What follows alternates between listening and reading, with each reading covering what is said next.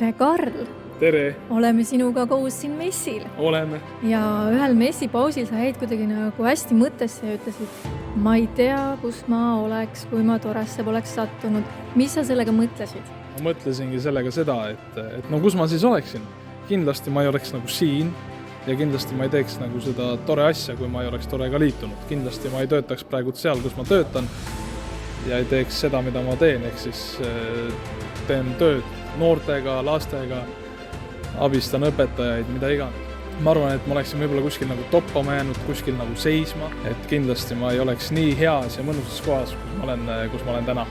Et sa poleks elus arvanud, et sa üldse nagu tahad teiste inimestega tööd teha?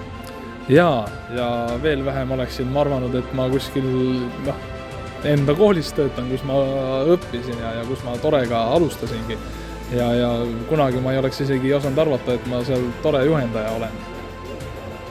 Et see on andnud sulle siis sellise enesekindluse, et ma võin inimestega töötada ja see on äge. Ja kui eksingi, kõik eksivad, siis ta ei ole nagu nii suur tagasilöök, sest ma olen nagu õppinud selles Tores ka nagu eksima ja selle eksimusega nagu toime tulema.